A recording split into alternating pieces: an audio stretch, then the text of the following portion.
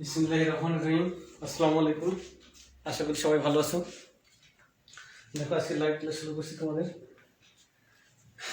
গতদিন আমরা তড়িৎ রসায়ন শেষ করেছিলাম, আজকে আমরা নতুন একটা অধ্যায় ধরবো, যেটা হচ্ছে জৈব রসায়ন। দেখো জৈব রসায়নটা তোমরা খুবই গুরুত্বপূর্ণ অধ্যায়, এই অধ্যায়টা কন্টিনিউ করবো রেগুলার। এখন থেকে জৈব রসায়নের অধ্যায়টা চলবে, ঠিক আছে? এবং আমার মনে হয় তোমাদেরও এই অধ্যায়টা করার খুবই প্রয়োজন আছে। এখন থেকে জৈব রসায়নটা চলবে। দেখো জৈব রসায়ন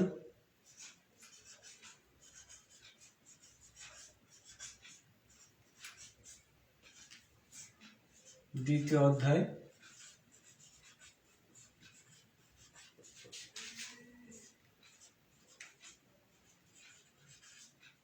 দ্বিতীয় পত্র।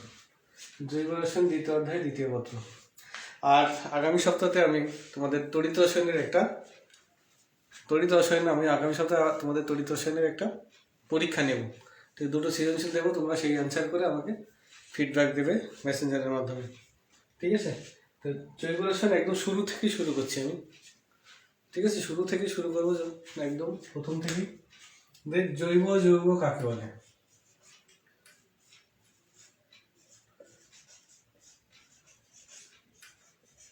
জৈব যৌগ কাকে বলে? দেখো সাথে সাথে সে আরেকটা প্রশ্ন আছে, হাইড্রোকার্বন কাকে বলে?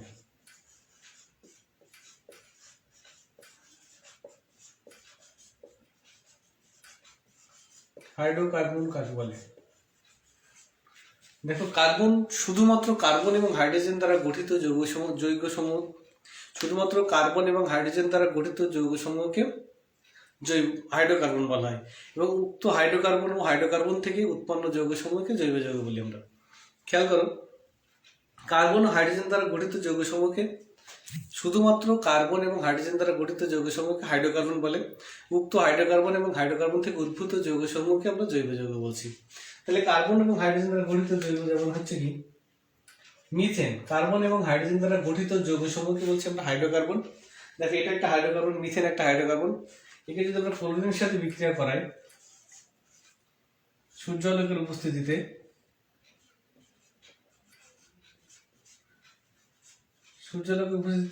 সূর্যালোকের উপস্থিতিতে ক্লোরিনের সাথে বিক্রিয়া করায়, তাহলে কি হয়? মিথাইল ক্লোরাইড এবং HCl উৎপন্ন হয়। তাই এই হাইড্রোকার্বন এবং হাইড্রোকার্বন থেকে উৎপন্ন যে মিথাইল ক্লোরাইড, এই দুটোকেই আমরা জৈব যৌগ বলছি। জৈব যৌগ মানে মিথাইল ক্লোরাইড একটা জৈব যৌগ, আর মিথাইল ক্লোরাইড থেকে উৎপন্ন মানে মিথেন থেকে উৎপন্ন মিথাইল ক্লোরাইড হচ্ছে একটা জৈব যৌগ। মিথেন একটা জৈব যৌগ, মিথেন থেকে যে যৌগটা তৈরি হচ্ছে যে মিথাইল ক্লোরাইড, একেও আমরা জৈব যৌগ বলছি। মানে সকল হাইড্রোকার্বনই জৈব যৌগ, কিন্তু সকল জৈব যৌগ হাইড্রোকার্বন নাও হতে পারে। সকল হাইড্রোকার্বনই কি জৈব যৌগ? কার্বন এবং হাইড্রোজেনের যৌগ, এটাকে বলছি আমরা হাইড্রোকার্বন। শুধুমাত্র কার্বন এবং হাইড্রোজেন দ্বারা গঠিত যৌগসমূহকে বলছি আমরা হাইড্রোকার্বন। উক্ত হাইড্রোকার্বন এবং হাইড্রোকার্বন থেকে উৎপন্ন যৌগসমূহকে আমরা জৈব যৌগ বলছি। তার মানে হাইড্রোকার্বন একটা জৈব যৌগ, আর হাইড্রোকার্বন থেকে উৎপন্ন যে যৌগটা যে মিথাইল ক্লোরাইড, তাকেও আমরা জৈব যৌগ বলছি। তার মানে দেখা যাচ্ছে হাইড্রোকার্বন শুধুমাত্র কিন্তু কার্বন এবং হাইড্রোজেনের যৌগ, আর জৈব যৌগে কার্বন হাইড্রোজেন বাদে অন্য কোনো পরমাণু থাকতে পারে। তাই বলা হচ্ছে যে সকল হাইড্রোকার্বনই জৈব যৌগ, কিন্তু সকল জৈব যৌগ কিন্তু হাইড্রোকার্বন নাও হতে পারে। দেখো 1828 সালের পূর্বে বিজ্ঞানী হচ্ছে বার্জেলিয়াস একটা মতবাদ দেন। বার্জেলিয়াস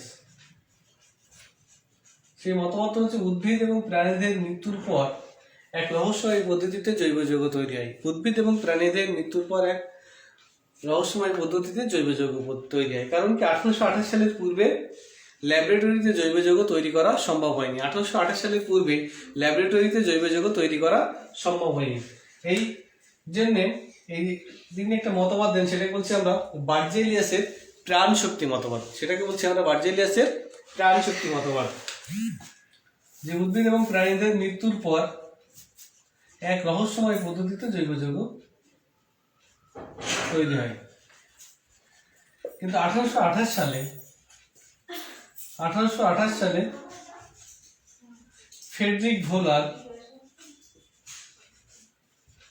1828 সালে ফ্রেডরিক ভোলার 1828 সালে ফ্রেডরিক ভোলার অ্যামোনিয়াম সায়ানাইডকে তাপ দিয়ে শুষ্ক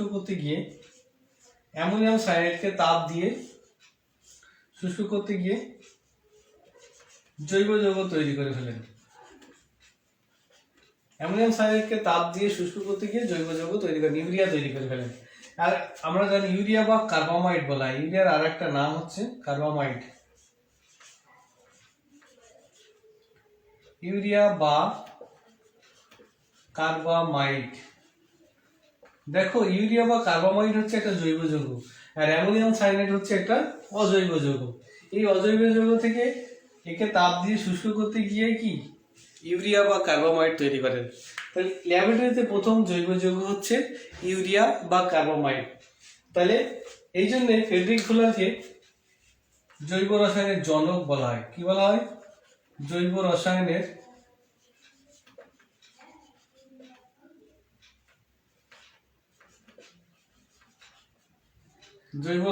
জনক বলা হয়। এই জন্য ফ্রেডরিক ভোলারকে জৈব রসায়নের জনক বলা হয়। 1828 সালে ফ্রেডরিক ভোলার অ্যামোনিয়াম সায়ানাইডকে তাপ দিয়ে শুষ্ক করতে গিয়ে কি হয়, ইউরিয়া তৈরি করে ফেলেন। এর ইউরিয়াটা হচ্ছে একটা জৈব যৌগ, এই জন্য ফ্রেডরিক ভোলারকে জৈব রসায়নের জনক বলা হয়। দেখো তাহলে এই জিনিস কয়েকটা প্রশ্ন, জৈব যৌগ কাকে বলে, হাইড্রোকার্বন কাকে বলে, এবং আমরা জৈব যৌগের উৎপন্নের একটা ইতিহাস আমরা দেখলাম। এখন দেখো জৈব যৌগের সংখ্যা, এ পর্যন্ত জৈব যৌগ যত আবিষ্কার হয়েছে তার সংখ্যা প্রায় 80 লক্ষেরও অধিক। এ পর্যন্ত যে জৈব যৌগ তৈরি হয়েছে তার সংখ্যা হচ্ছে, জৈব যৌগ হচ্ছে 80 লক্ষেরও অধিক। জৈব যৌগ হচ্ছে 80 লক্ষেরও অধিক, আর অজৈব যৌগ হচ্ছে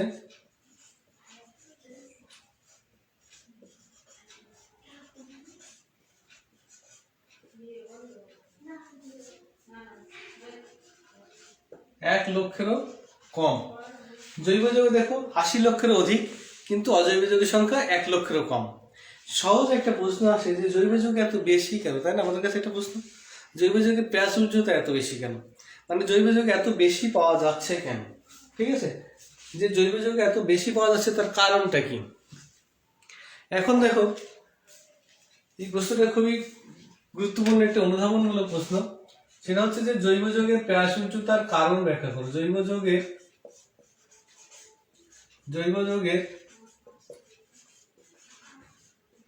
প্রাচুর্যতার কারণ ব্যাখ্যা করো।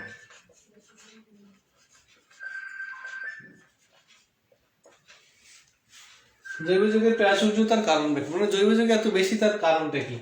1 নম্বর কারণ হচ্ছে কার্বনের ক্যাটাইনেশন ধর্ম। কার্বনের ক্যাটাইনেশন ধর্ম জৈব যৌগের প্রাচুর্যতার এক বেশি কারণ হচ্ছে, প্রধান কারণ হচ্ছে কার্বনের ক্যাটাইনেশন ধর্ম। তা কার্বনের ক্যাটাইনেশন ধর্ম হচ্ছে জৈব যৌগের বেশি হওয়ার প্রধান কারণ হচ্ছে কার্বনের ক্যাটাইনেশন ধর্ম। ক্যাটাইনেশনটা কি? একটা কমন জ্ঞানমূলক প্রশ্ন আছে, ক্যাটাইনেশন কি?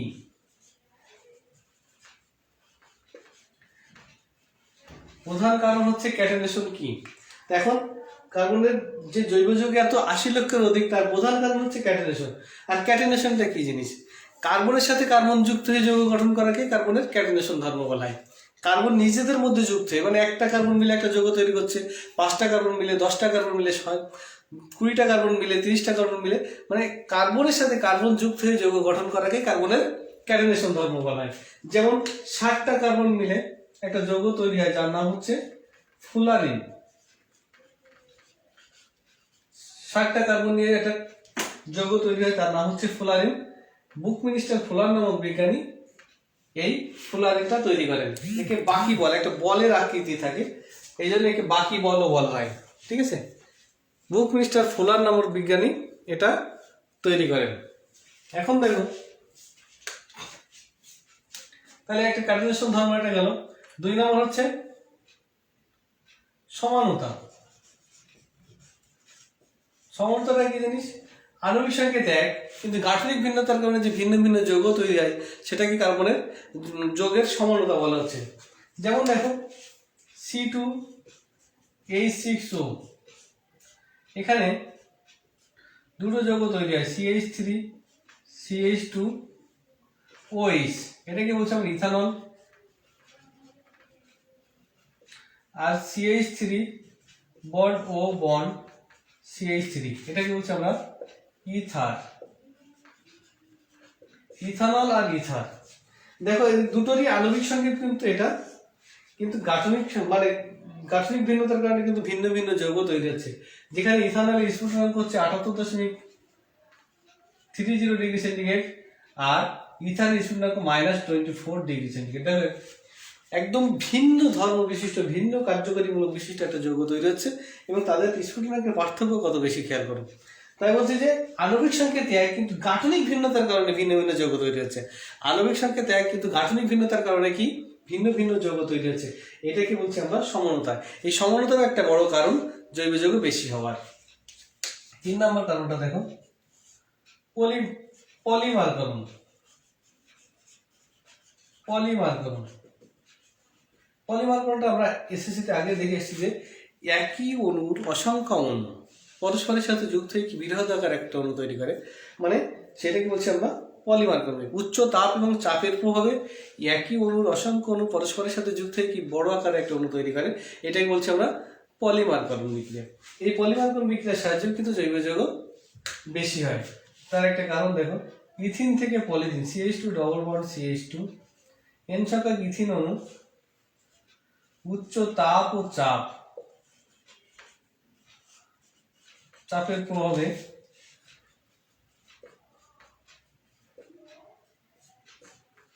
পলিথিন উৎপন্ন করছে। উচ্চ চাপ এবং চাপের প্রভাবে পলিথিন উৎপন্ন হয়। তাই একই অণুর অসংখ্য অণু পরস্পরের সঙ্গে যুক্ত হয়ে কি বড় আকারের অণু তৈরি করছে, এটাকে বলছি আমরা মনোমার। এটাকে হয় মনোমার, আর এটাকে বলছি আমরা পলিথিনটা হচ্ছে পলিমার। একক অণুটাকে মনোমার বলছি, আর অনেক অণু একসাথে যুক্ত হয়ে যে যৌগটা তৈরি করছে তাকে বলছি আমরা পলিমার যৌগ। এই তিনটাই মূলত প্রধান কারণ। এছাড়া আরো কিছু কারণ, আর একটা কারণ আছে, সেটা হচ্ছে তড়িৎ ঋণাত্মকতা। এছাড়া আরেকটা কারণ হচ্ছে তড়িৎ ঋণাত্মকতার কারণে অনেক সময় জৈব যৌগ বেশি হয়। অনেক বইতে তড়িৎ ঋণাত্মকতার কথাটা দেয়া নেই, তো যদি কখনো আসে সেটা তোমরা লিখতে পারবে তড়িৎ ঋণাত্মকতা। যেমন দেখো প্রোপানন থেকে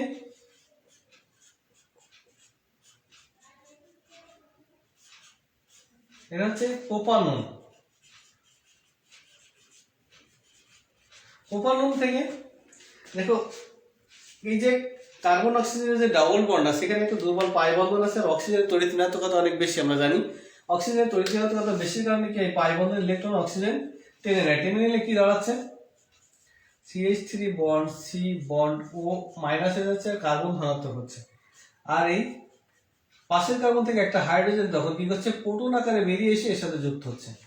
খেয়াল করো, অক্সিজেন অধিক তড়িৎ ঋণাত্মক হওয়ায় CO বন্ধনে যে দুটো বন্ধন ছিল তার একটা বন্ধন নিজের দিকে টেনে নিয়ে কি হয়, অক্সিজেন মাইনাস হয়ে যাচ্ছে, কার্বন ধনাত্মক হচ্ছে। এখন পাশের কার্বন থেকে একটা হাইড্রোজেন প্রোটন আকারে এর সাথে যুক্ত হয়ে কি হচ্ছে, OH তৈরি করছে। আর এখানে কার্বন হাইড্রোজেন বন্ধনের যে দুটো ইলেকট্রন ছিল সেই দুটো কিন্তু এই হাইড্রোজেন ছেড়ে দিয়ে যাচ্ছে। তখন এই দুটো ইলেকট্রন কি এই কার্বনের যেহেতু ঘাটতি আছে, এই কার্বনের সাথে দিয়ে আরেকটা বন্ধন তৈরি করছে। কি হচ্ছে দেখো, এখানে দেখেন CH3 bond C bond OH তৈরি হচ্ছে, আর এখানে ছিল CH2। আর এখানে যে কার্বন হাইড্রোজেন বন্ধনে দুটো ইলেকট্রন আছে, সেই দুটো ইলেকট্রন দিয়ে এই কার্বনের সাথে দিয়ে আর একটা বন্ধন এই কার্বন কার্বনের মধ্যে তৈরি হচ্ছে। এটা দেখো, এটাকে বলছি প্রোপানন, আর এটাকে বলছি propene to all. Propene to all.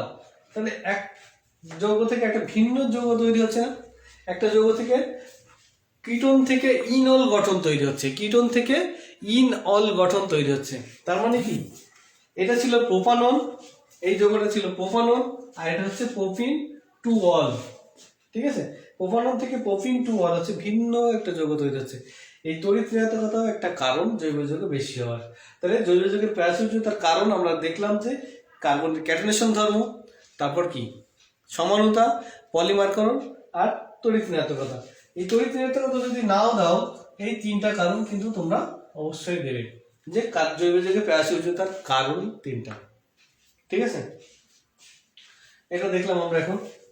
এরপরে দেখবো যে জৈব এবং অজৈব যৌগের মধ্যে পার্থক্য। জৈব এবং অজৈব যৌগের মধ্যে পার্থক্য।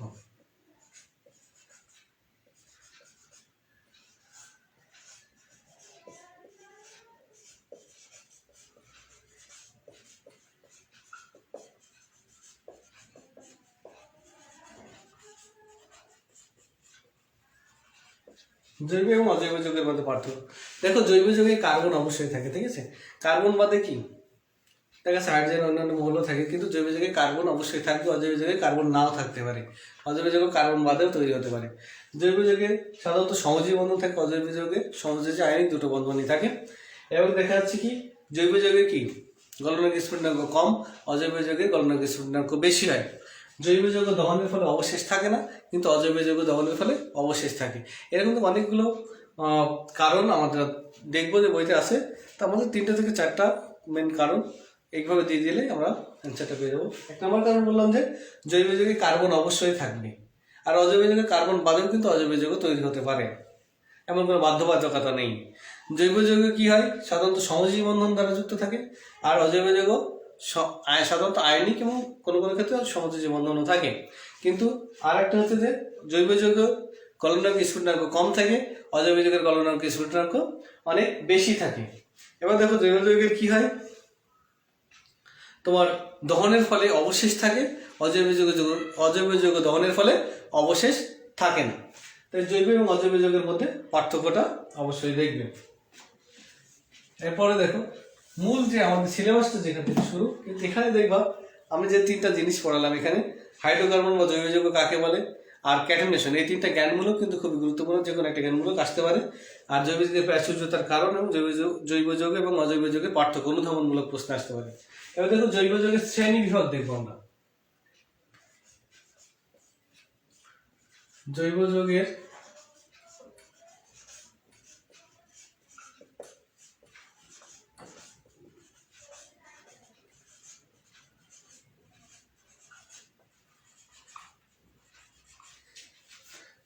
শ্রেণী বিভাগ আলোচনা করো। জৈব যৌগের শ্রেণী বিভাগ আলোচনা করো। দেখো জৈব যৌগের প্রধানত 2 ভাগে ভাগ করা হয়। জৈব যৌগের প্রধানত কি 2 ভাগে ভাগ করা হয়, একটা হচ্ছে কি মুক্ত শিকল,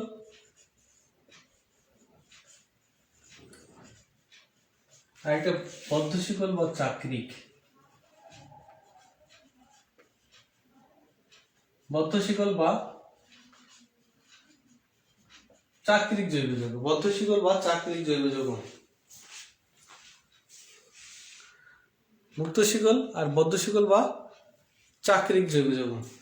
দেখো মুক্ত শিকল জৈব যৌগকে 2 ভাগে ভাগ করা হয়। মানে কি মুক্ত প্রান্ত থাকবে, যেমন হচ্ছে সম্পৃক্ত আর হচ্ছে অসম্পৃক্ত। সম্পৃক্ত এবং অসম্পৃক্ত। সম্পৃক্তটা কি অ্যালকেন, কার্বন কার্বন একক বন্ধন, আর অসম্পৃক্ত হচ্ছে অ্যালকিন এবং অ্যালকাইন, অ্যালকিন এবং অ্যালকাইন। দেখ এই জিনিসগুলো কিন্তু আমরা জানি। অ্যালকেনের সাধারণ সংকেত কি CN H2SN+2, অ্যালকেনের সাধারণ সংকেত হচ্ছে CN H2SN-2 না CN H2SN, আর CN H2SN-2 হচ্ছে অ্যালকাইন। মানে কার্বন কার্বন একক বন্ধন, কার্বন কার্বন দ্বিবন্ধন, আর কার্বন কার্বন হচ্ছে ত্রিবন্ধন। এই জিনিসগুলো আমরা জানি। আর বদ্ধ শিকল বা চাকরিক যৌগটা কি জিনিস, মানে কি জৈব যৌগে কার্বনগুলো একটা চক্রের মধ্যে থাকবে, সেটাকে চাকরিক যৌগ বলা হচ্ছে। এরকম মুক্ত শিকল থাকবে, মানে মুক্ত প্রান্ত থাকবে না, কার্বনটা একটা কার্বনের সাথে যুক্ত থাকবে, মানে চক্র আকারে থাকবে, সেগুলোকে সাইক্লিক বা চাকরিক যৌগ বলা হয় বা বদ্ধ শিকল যৌগ বলা হচ্ছে। বদ্ধ শিকল যৌগকে 2 ভাগে ভাগ করা হয়। একটা হচ্ছে কার্বোসাইক্লিক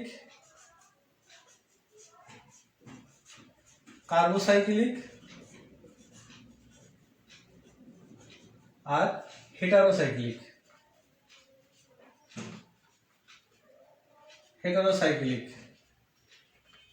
কার্বোসাইক্লিক আর হেটারোসাইক্লিক। দেখো খুব কমন একটা প্রশ্ন আছে, হেটারোসাইক্লিক যৌগ বলতে কি বোঝো? হেটারোসাইক্লিক যৌগ বলতে কি বোঝো?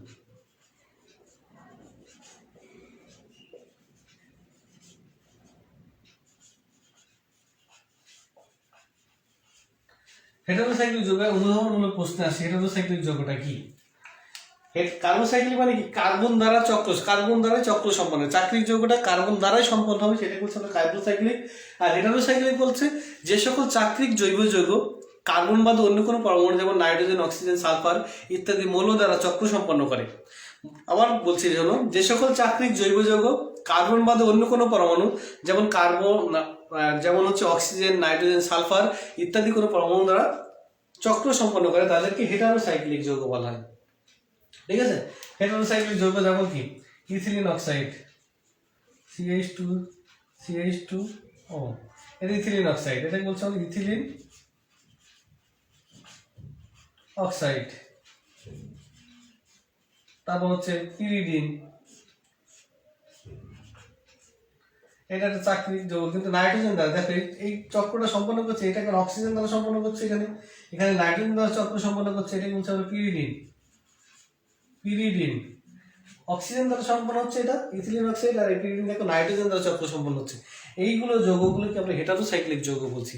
যে সকল চাকরিক জৈব যৌগ কার্বন বাদে অন্য কোনো পরমাণু যেমন অক্সিজেন, সালফার, নাইট্রোজেন ইত্যাদি দ্বারা চক্র সম্পন্ন করে তাদেরকে হেটারোসাইক্লিক যৌগ বলা হয়। মানে কি ওই হেটারোসাইক্লিক যৌগটা কি? দেখা যে কোনো একটা জায়গায় কার্বন বাদে অন্য কোনো পরমাণু ওই চক্রে যুক্ত থাকবে, সেটাকে আমরা হেটারোসাইক্লিক যৌগ বলবো। আর কার্বোসাইক্লিক যৌগকে দুই ভাগে ভাগ করা হয়, কার্বো অ্যালিসাইক্লিক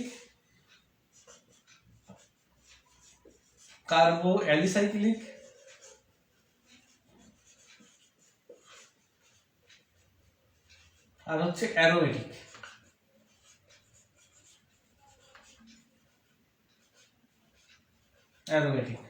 কার্বো অ্যালিসাইক্লিক মানে কি? অ্যালিসাইক্লিক যৌগের মধ্যে বৈশিষ্ট্য তাদেরকে আমরা কার্বো অ্যালিসাইক্লিক, যেমন এটা হচ্ছে সাইক্লোবিউটেন, বা এটা হচ্ছে দেখো দ্বিবন্ধন। এই যৌগগুলো চাকরিক হওয়া সত্ত্বেও এদের হচ্ছে ধর্মের মুক্ত শিকল যৌগের মতোই, এদের ধর্ম সব মুক্ত শিকল যৌগ, চারটে কোণ আছে, এই জন্য এনেছি সাইক্লোবিউটেন।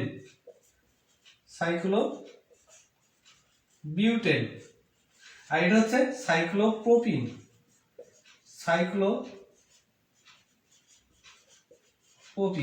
দেখো দ্বিবন্ধন আছে এবং তিনটা কোণ আছে, মানে তিনটা কার্বন আছে, এটা হচ্ছে সাইক্লোপ্রোপিন। আর অ্যারোমেটিক যৌগগুলো হচ্ছে যেমন হচ্ছে বেনজিন, ন্যাপথলিন, এটাকে বলছি আমরা বেনজিন, আবার এটাকে বলছি আমরা দুটো যদি চক্র থাকে না পাশাপাশি, এগুলোকে বলছি আমরা, এটা হচ্ছে বেনজিন, এটা ন্যাপথলিন।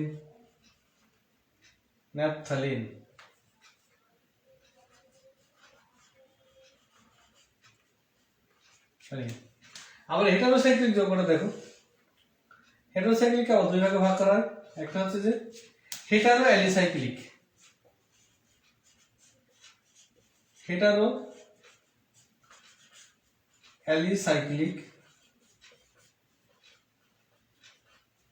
আর হেটারো অ্যারোমেটিক।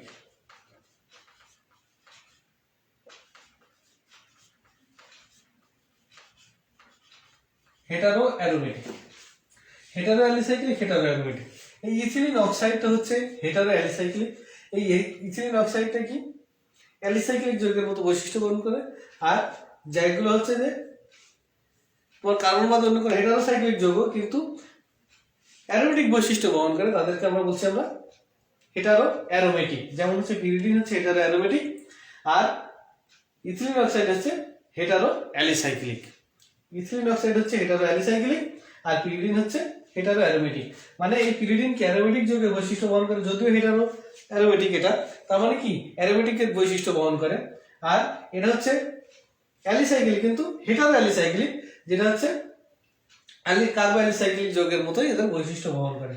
এটাই হচ্ছে তোমাদের জৈব যৌগের শ্রেণী বিভাগ। আরো একবার রিভিউ করছি দেখো, জৈব যৌগকে প্রথমত দুই ভাগে ভাগ করা হচ্ছে, একটা হচ্ছে মুক্ত শিকল আর একটা হচ্ছে বদ্ধ শিকল। মুক্ত শিকল যৌগকে সাধারণত দুই ভাগে ভাগ করা হয়, সম্পৃক্ত আর অসম্পৃক্ত। সম্পৃক্তটা হচ্ছে অ্যালকেন, কার্বন কার্বন একক বন্ধন, আর অসম্পৃক্তকে দুই ভাগে ভাগ করা যায়, কার্বন কার্বন দ্বিবন্ধন এবং কার্বন কার্বন ত্রিবন্ধন, মানে অ্যালকিন এবং অ্যালকাইন। এদের সাধারণ সংকেত হচ্ছে অ্যালকিনে CnH2SN, CnH2SN -2 হচ্ছে অ্যালকাইন, আর অ্যালকেনে হচ্ছে CnH2SN +2, এটা আমরা জানি। এবার দেখো এই বদ্ধ শিকল বা চাকরিক যৌগকে আবার দুই ভাগে ভাগ করা হচ্ছে, কার্বোসাইক্লিক এবং হেটারোসাইক্লিক। কার্বোসাইক্লিক মানে কি কার্বন দ্বারা চক্র সম্পন্ন করবে, আর হেটারোসাইক্লিক মানে কি কার্বন বাদে অন্য কোনো পরমাণু দ্বারা চক্র সম্পন্ন করবে। এই কার্বোসাইক্লিক যৌগকে দুই ভাগে ভাগ করা হচ্ছে, কার্বো অ্যালিসাইক্লিক এবং অ্যারোমেটিক। কার্বো অ্যালিসাইক্লিক হচ্ছে যে এই যে মুক্ত শিকল যৌগের মতো এদের বৈশিষ্ট্য, কিন্তু সম্পৃক্ত অসম্পৃক্ত হতে পারে। আর একটা হচ্ছে অ্যারোমেটিক, যেসব যৌগগুলো হচ্ছে অ্যারোমেটিক বৈশিষ্ট্য সম্পন্ন। আবার আরেকটা হচ্ছে যে হেটারোসাইক্লিক। হেটারোসাইক্লিক যৌগকে দুই ভাগে ভাগ করতে হচ্ছে, হেটারো অ্যালিসাইক্লিক আর হেটারো অ্যারোমেটিক।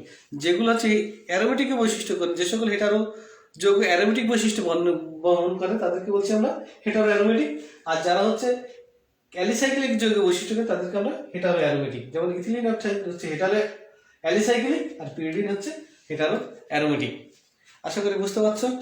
আর দেখি আগামী সপ্তাহে আমি জানিয়ে দেবো তোমাদেরকে মেসেজ দিয়ে যে আগামী সপ্তাহে কখন তোমাদের পরীক্ষা নেব। ঠিক আছে, আজকে এই পর্যন্তই। খোদা হাফেজ, ভালো থাকো সবাই।